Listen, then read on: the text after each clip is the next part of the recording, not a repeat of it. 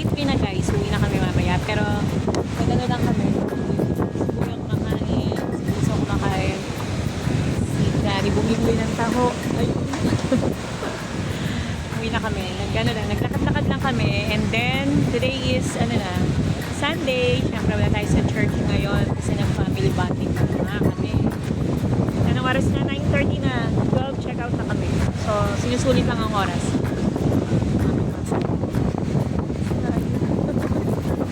Bili ng tao.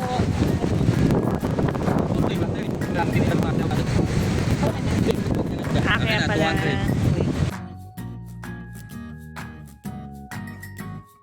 Yan na si Kuya. Si Daddy at si Bunso doon. Ayun sila sa dulo. Ayun. Actually, walang balak. Maligo si Daddy pero na-engage siya sa mga baga. Sa mga bagas na. Ayun, sorry. Ayun pala sila. Ayun. Si Kuya. Medyo malilim lang kasi against yung ayun Carlo. So ito na nga guys, nag-voice over na lang ako kasi sobrang lakas ng hangin. Baka hindi nyo rin naman ako marinig. Andito nga pala kami ngayon sa Station 3. Halos lahat ng ata ng station na puntahan namin ni Sweetheart. Lakad kami ng lakad simula nung day 1. Ito nga pala yung nirentahan naming banig. Pwede pala yung dito. Ayan o, nag-enjoy kami. Kaya nag-rent kami. 100 pesos lang yan. Good for half day.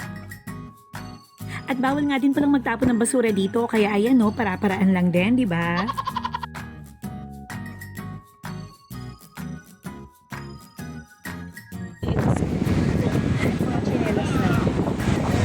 Meron ginawa si Kuya.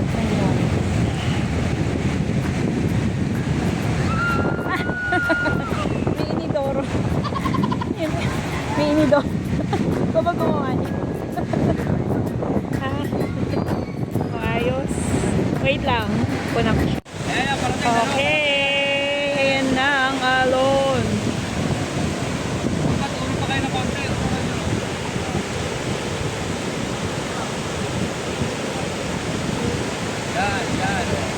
Yan. Happy Sunday! Ay, Sunday, mahulog ka ba? Maingay, malakas ang hangin.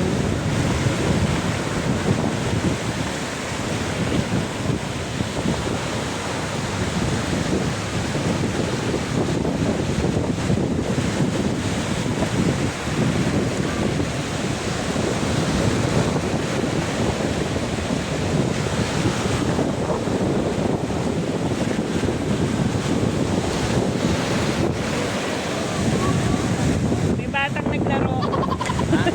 May batang naglaro. Oh, diba? Nakakailan ka rin. Time to go home, guys. Medyo malungkot at medyo bitin. Sana next time, 1 week ang bakasyon. Pero hindi naman natin pwedeng gawin yon. Baka mawala na tayo ng trabaho. Ito nga pa ng itsura ng harap namin. Kinunan ko na rin para may souvenir naman kahit pa paano. 1 eternity later. We are now here in Kalibo Airport. Medyo hapon na guys, kaya narito kami ngayon sa isang restaurant malapit din sa airport. Gutom na gutom kami, kaya nag-order kami ng masarap na sisig.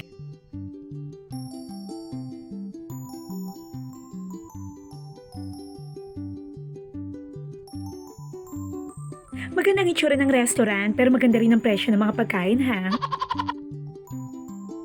Ayan, ipinasa tuloy ni Mister ang menu kay Bunso. Hindi, biro lang naman yon. May budget talaga si Mister pagdating sa pagkain. Ayun yung ginugutom kami. Ayan, dumating na ang aming order at waiting na kami sa isa pa naming order na gulay.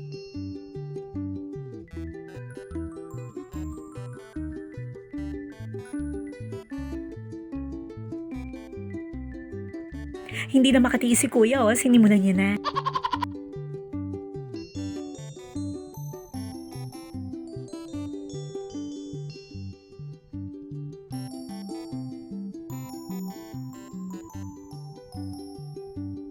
Maunahan pa yata tayo ng langaw. 1 eternity later. Uwian na. Time to go home na guys. Sumasaya ang naging huling araw namin dito sa Boracay. Nakakamiss, sarap-sarap balikan. Sana makabalik ulit kami dito para makapagtampisa ulit sa dagat, makasakay ulit ng aeroplano. Saya-saya. Medyo napalayo nga pala ng pwesto si Mister. Tatluhan lang kasi hindi naman pwedeng kandungan.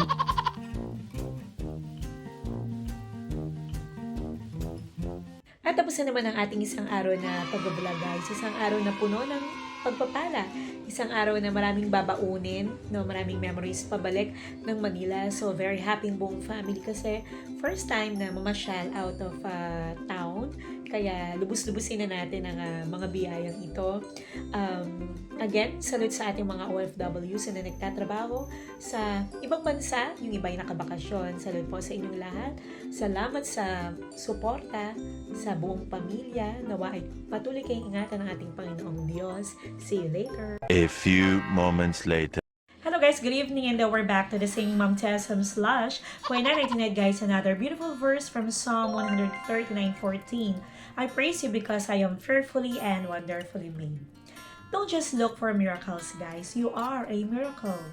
You are fearfully and wonderfully made. Kaya, don't be awestruck by other people and try to copy them. Nobody can be you as effectively and efficiently as you can.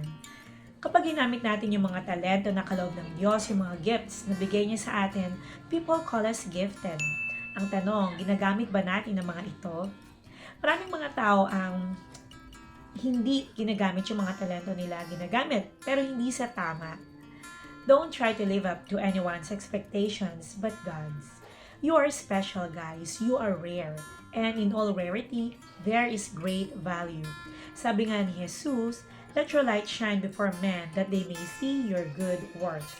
The more we're like Jesus, the more we become who we're supposed to be. Psalm 139:14, I praise you because I am fearfully and wonderfully made.